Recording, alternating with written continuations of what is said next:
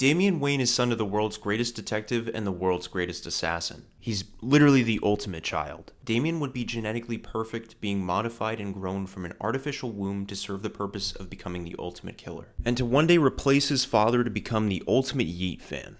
The ultimate Batman. Training with some of the world's greatest assassins from the age of 4, Damian Wayne seemed to be almost an unstoppable murder machine. But through meeting his father, Damian became fond of his father and his outlook on preserving life. And instead of attempting to kill his father, he ultimately chose to stay by his side and become Robin. With only the slight issue of having to control his murderous tendencies due to learning how to kill from the age of 4. But what if Batman died incredibly early into Damian Wayne's career as Robin? Driven by guilt and haunted by the legacy of both parents, what kind of Batman would Damian become? Well, in Batman number 666, we see Damian as I'd like to call him, the Demon Bat. Beginning the story, we see Batman entering a bloody mess of a church with a young girl hiding in a dark corner. Out of nowhere, a freakish little girl pounces towards Batman. Batman dodges the girl's attacks, but irritated, he snaps the girl's leg brutally and hits her in the back of the head with enough force to surely cause brain bleed. The apple doesn't fall far from the tree here, huh?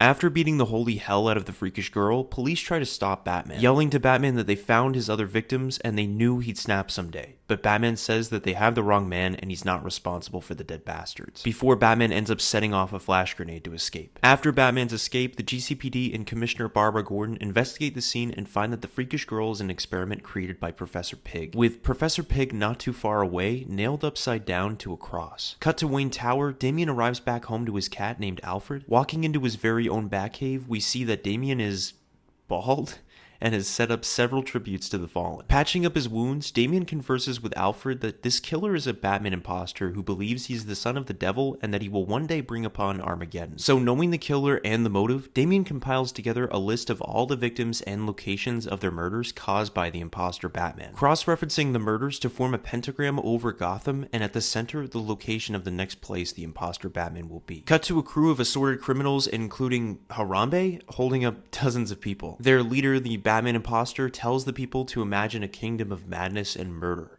Imagine a world on fire, because this is what he prays for like a maniac. Shouting to his goons that Batman will show up soon, and when he does, he wants his eyes. Batman then crashes through one of the building windows and throws sleeping gas pellets all around the room, incapacitating several armed thugs, while Batman would cripple every one of the other goons that didn't pass out by either dismembering or breaking their body parts, leaving them all in a state where they'll have to eat through a straw for the rest of their lives. Running into the imposter Batman holding a hostage, Batman threatens to put him in a wheelchair, saying he has no right to wear that batsuit. But the imposter Batman says he has every right to, because they are both sons of Batman in their own right, as he shoots his flamethrower at Batman, engulfing him in flames. But Damian, learning the concept of prep time from his father, had prepared for this moment, even telling the imposter Batman that after becoming Batman, Damian for 3 years turned Gotham into a living weapon to be prepared for any situation. That means Damian booby-trapped every single prominent building in Gotham, including the one they're both in right now. Damian then detonates one of the traps, sending the imposter Batman flying in the air, crashing through a glass panel. Walking through the rubble, Batman would go on to say that he knew he'd never be as good as his father, or Dick, but he made a promise to never leave Gotham without a Batman, so he specialized in cheating. Upon approaching the pool further, the imposter emerges from the waters like a demon, claiming that he is the messiah to the Bat,